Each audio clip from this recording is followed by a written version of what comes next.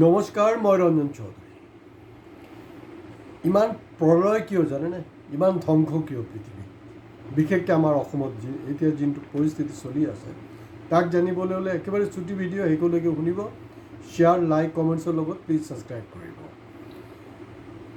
কথাটো এনেকুৱা যে যদি ভগৱান আছে, ওপৰলৈ আছে, তেখেতৰ কোনো দোষ নাই। যি হৈ আছে তেওঁৰ সৃষ্টিত সুন্দৰ, কিন্তু যি হৈ আছে এইবিলাক এই যে দুইঠেঙীয়া প্ৰাণী আছে ন, মানুহ, সেই ইহঁতৰ সৃষ্টি।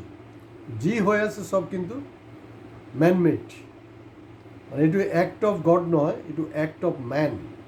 তাৰ কাৰণে হৈ আছে এই মানে মানুহবিলাকৰ যে ৰুচি এটা, কাৰণ ফ্লাডক লৈতো আপোনাৰ ৰাজনীতি হৈ আছে, সেইটোতো বাৰু ৰাজনীতিক নেতা ৰাজনীতি কৰিবই। কিন্তু ইণ্টাৰেষ্টিং হ'ল যে এই ফ্লাডৰ লগত 2029 পাৰ্লামেণ্ট ইলেকশ্যনৰো সম্পৰ্ক আছে। সেইকাৰণে কৈ আছোঁ আপোনালোকক ৰেগুলাৰ চাবলৈ, ছাবস্ক্ৰাইব কৰিবলৈ। সেইটো খুব সোনকালে এই এপিছ'ডটো আহিব। এতিয়া মূল কথালৈ গুচি আহোঁ। ঠিক অসম আন্দোলনৰ আগে 80s অসম আন্দোলনৰ আগে মোৰ যিমানটো মনত পৰে, Sandhya Roy she is a very famous actress Bengali ফিল্মৰ। তাত এটা ফিল্ম হৈছিলে, কিবা ভোলে বাবা কিবা জগন্নাথ নহয়, তেনেকুৱা আৰু মানে শিৱৰ লগত সম্পৰ্ক। মানে এতিয়া যোনটো আপোনালোকে বম বম দেখি আছে, তো তাত আপোনাৰ এই ফিল্মটো হোৱাৰ পিছত কি হ'ল, অসমত এইটো খুব জনপ্ৰিয় হৈ গ'ল। এইটো মানে খুব চবতে, মানে অকল কলিকতাত নহয়, অসমৰো মানে এনজয় কৰিছে চবে, ভাল মানে পূৰা এণ্টাৰটেইনমেণ্ট আছে। তো তাৰপিছতে কিন্তু অসমত আপোনাৰ এই বম বমৰ যোনটো কাৰবাৰ, সেইটো ষ্টাৰ্ট হৈ গ'ল। আৰু ষ্টাৰ্ট হওঁতে কিন্তু তেতিয়া কেতিয়াও হেৰি নাছিলে, জয় শ্ৰী ৰাম চাম সেইবিলাক কথা নাছিলে। কিন্তু অসম আন্দোলনটো বাঢ়ি যোৱাৰ লগে লগে, উগ্ৰ ৰূপ ধাৰণ কৰাৰ লগে লগে, এই যে ধৰ্ম পালন কৰি পেলাই মানুহবিলাক আছে নহয়, তেওঁলোক লাহে লাহে ঢিলা হৈ গ'ল। এতিয়া বিশেষকৈ দেখা গৈছে এই অমৃতকালত তেওঁলোক আকৌ মানে উতলি উঠিছে। আপুনি চাওকচোন, এই ফ্লাডৰ সময়ছোৱাত আপোনাৰ ৰুচি কেনেকৈ সেইবিলাক কৰা। আজি যদি ধৰ্মপ্ৰাণ মানুহ হয়, সনাতনী হয়তো মনে মনে থাকিব লাগে, মনে মনে কৰিব লাগে প্ৰেয়াৰ, কোনো অসুবিধা নাই, গ'লেই হ'ল। এইটো মনে মনে ক'ব, তাত চিঞৰ বাখৰ নহয়। চিঞৰ বাখৰ সেইটো বাদেই দিয়ক, মানে ওপৰঞ্চি দেখা গৈছে তেওঁলোকে ডিজে বজাইছে। তাৰপৰা আপোনাৰ মাক দেউতাক কোনোবা ঢুকালে, সাধাৰণতে কি হ'ল, আমাৰ হিন্দুবিলাকৰ প্ৰেক্টিচ হ'ল, নেক্সট মানে সকাম নোহোৱালৈকে আমি কিন্তু নিৰামিষেই খাওঁ। মই যিমানটো জানো, যে মোৰ ভুল হ'ব পাৰে, কমেণ্ট বক্সত আপোনালোকে কমেণ্টছ কৰি ক্লিয়াৰ কৰি দিব মোক। এইটোৱে মোটামুটি পৰম্পৰা, আৰু বিশেষকৈ যিবিলাক আমাৰ সনাতনী, তেওঁলোকৰতো সেইটোৱে পৰম্পৰা। আৰু আপোনালোকে ভাবি নল'ব যে মই সনাতনী বুলি, মই শয়তান নহয়, ভাল মানুহ আৰু ভাল কথাই পাতি থাকোঁ। তো এইটো ষ্টাৰ্ট হ'ল। এতিয়া চাওক তাহাঁতৰ ৰুচিটো কেনেকুৱা। যোৱা বছৰ মই দেখিছিলোঁ ডুমডুমা, মানে তিনিচুকীয়া জিলাৰ ডুমডুমা এই চব অঞ্চলত এই লাচিত সেনাৰ যিবিলাক হেৰি আছে, এক্টিভিষ্ট আছে, তেওঁলোকে কিন্তু বাধা প্ৰদান কৰিছে। এতিয়া জমনি হ'ল তেওঁলোকো জেনজি, আকৌ বিজেপিৰো কিন্তু জেনজি আছে।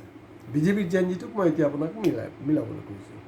উত্তৰ প্ৰদেশ, কাৰণ আপোনালোকে জানে উত্তৰ প্ৰদেশত 2027 ইলেকশ্যন আছে।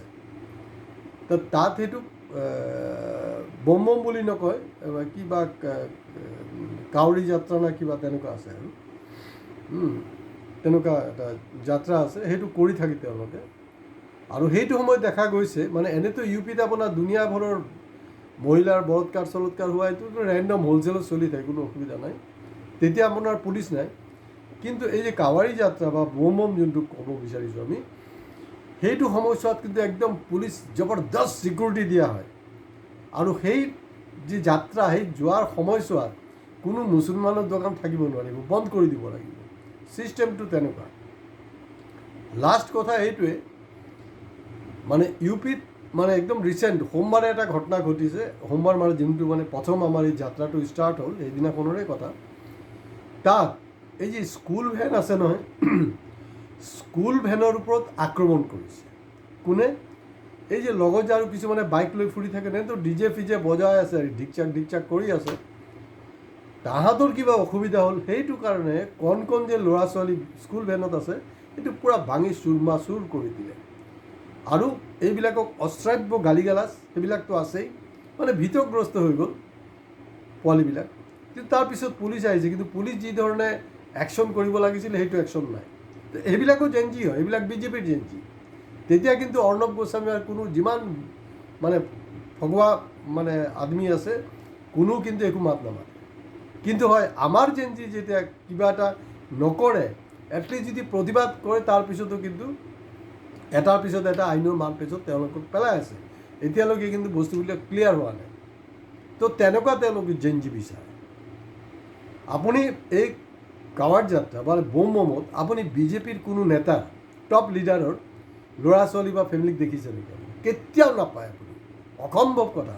কাৰণ তেওঁলোকে জানে যে ধৰ্মটোক মোৰ ভোটাৰৰ কাৰণে, মোৰ কাৰণে নহয়। কাৰণ তেওঁলোকে জানে এইচব একো নাই বুলি, সেইটো পূৰা কনফাৰ্ম হয় সেইটো কাৰবাৰ। আৰু উত্তৰ প্ৰদেশত সেইটো হৈছে। অসমত যে ৰুচিটো কেনেকুৱা হৈছে, অসম চৰকাৰ ইমিডিয়েটলি এই যাত্ৰাবিলাকক বন্ধ কৰিব লাগে, মানে বন্ধ, ষ্টপ। এতিয়া শোকাগ্ৰস্ত মানুহ ষ্টপ হৈ যাব লাগে যে এই বছৰ আমি এইটো ব্যৱস্থাটো বন্ধ কৰা হ'ল। আৰু তেওঁতো ইণ্ডিয়াৰ আটাইতকৈ পাৱাৰফুল মানুহ, তেওঁ পাৱাৰটো দেখাব লাগিব, তেওঁ পাৱাৰ দেখাব লাগিব। কিন্তু দেখাব পাৰে নে নাই, আমি যাত্ৰাৰ সময়ছোৱাতে এই কথাবিলাক ওলাই আহিব। কিন্তু এই যাত্ৰা যেতিয়া ষ্টাৰ্ট হৈছিলে, মই নিজেৰ চকুৰে দেখাত তেতিয়া কিন্তু ইমান বিশৃংখল নাছিলে। আৰু তাৰ মাজত আপোনাৰ এই গাঞ্জা ফাঞ্জাৰ এইবিলাকৰ অলপ ধান্দাবাজি হৈছিলে, নোহোৱা নহয়। এতিয়া নৰেন্দ্ৰ মোদী ৰিচেণ্টলি খুব যুৱ সমাজক আকৌ জ্ঞান দিলে নহয়, এই জেনজিকেইটাক যে মানে ড্ৰাগছৰ বিৰুদ্ধে। আৰে ভাই, ড্ৰাগছ নাখাই সিহঁতে কি কৰিব? কাৰণ সিহঁতৰ ফ্লাষ্ট্ৰেশ্যন, চাকৰি নাই, পঢ়া শুনা কৰাৰ পিছত মানে চাকৰি নাই। আৰু সেই পালি নেতাবিলাক মূৰ্খকেইটা, গাধাকেইটা একদম পূৰা মজ কৰি আছে। এইটো আউট অফ ফ্লাষ্ট্ৰেশ্যন তেওঁলোকে ড্ৰাগছ খাইছে। মই ড্ৰাগছৰ বিৰোধী হয়, এইটো বেলেগ কথা। কিন্তু ড্ৰাগছটো ক'ত ধৰা পৰে? তেওঁৰ সেই গুজৰাটৰ আদানী পৰ্ট যোনটো নাই জানো, তাতে ক'ৰ পৰা আহে? আফগানিস্তান, পাকিস্তানৰ পৰা আহে। 22,000 কোটি টকাৰ তাত ধৰা পৰিছে। এইবিলাক কোনো চৰ্চা নহয়। কিন্তু এইটো যদি আপোনাৰ অপজিশ্যন ৰুলিং পাৰ্টি কোনোবা যদি পৰ্টত যদি ধৰা পৰে, তেতিয়া সেইটো বহুত ডাঙৰ সমস্যা। তো গতিকে জেনজিৰ বিজেপিও বিচাৰে আৰু আমিও বিচাৰোঁ পৰিৱৰ্তনৰ কাৰণে। তেওঁলোকৰ জেনজিটো হ'ল এইটো। আৰু তাতকৈ ভয়ংকৰ কাৰবাৰটো হ'ল যে তেওঁলোকক কি শিৱৰ মূৰত দিব? শিৱত যদি এবাৰ খচি যায় ন, তহঁতৰ মূৰ এটা এটাকৈ ফালি দিব। দেখা গৈছে য'ত তাত ধৰি লওক মছজিদ পৰিছে, তাত গৈ চিঞৰ বাখৰ যি খুচি থাকে, মানে যাতে গণ্ডগোল এটা হয়। কাৰণ যিমান বেছি গণ্ডগোল হ'ব, সিমান বেছি আপোনাৰ ধৰ্মীয় মেৰুকৰণটো হ'ব আৰু বিজেপিৰ কাৰণে ইউপিত ওলাই যোৱাটো ইজি হ'ব। তাত গৈ মছজিদৰ ওচৰত তেওঁলোকে সেই যে পানীটো লৈ গৈছে ন, তাত দি দিছে। কোনোবাই সুধিছে যে এইটো কেলৈ দিলা? নাই, সেইটো অমুক ৰজাই আজিৰ পৰা 1000 বছৰ আগত, এই বাবৰি মন্দিৰ 400 বছৰ, 1000 বছৰ আগত তেওঁৰ সেইটো এটা মন্দিৰ আছিলে। এতিয়া মিয়াকেইটা কব্জা কৰি মছজিদ বনাই দিলে। অদ্ভুত ধৰণৰ নেৰেটিভছ। তাৰ ওপৰত কিন্তু আমাৰ অমিত শ্বাহ বা ভাৰত চৰকাৰ, বিজেপিৰ কোনো ধৰণৰ নিয়ন্ত্ৰণ নাই। সদায় মনত থ'ব, ধৰ্মক সদায় তেওঁলোকে বিজেপিহে ব্যৱহাৰ কৰি আছে। ধৰ্মটো কাৰ কাৰণে? দুখীয়াৰ কাৰণে। এই যিবিলাক চিয়ানা ধনী মানুহ, স্পেচিয়েলি বিজেপিৰ মানুহ, তেওঁলোকৰ কাৰণে। তেওঁলোকে জানে একচুৱেলি কি হৈ আছে। তো ইয়াতে মানে শিৱ কি আপোনাৰ শিৱৰ হেৰিত যাব আপুনি পানী দিবলৈ, তাত আপোনাৰ জয় শ্ৰীৰামটো ক'ৰ পৰা আহিলে? ৰাম কি আপোনাৰ হেৰি হয় নেকি, মানে শিৱতকৈও ডাঙৰ নেকি? এইটোতো হ'ব নোৱাৰে। তো এই ধৰণৰ কাৰবাৰটো চলি আছে। আৰু অসমত ইমিডিয়েটলি শান্তি সম্প্ৰীতি আৰু যে মানুহৰ যে দুখ দৰ্দ যোনটো কষ্ট হৈ আছে, তাৰ প্ৰতি সন্মান জনাই অসম চৰকাৰে কিন্তু তাৰ ওপৰত এটা SOP জাৰি কৰাটো উচিত। মই মুখ্যমন্ত্ৰীৰ পৰা আশা কৰিম যে তেওঁ এই কামটো কৰিব লাগে। আজি ইয়াতে শেষ কৰিছোঁ। নমস্কাৰ।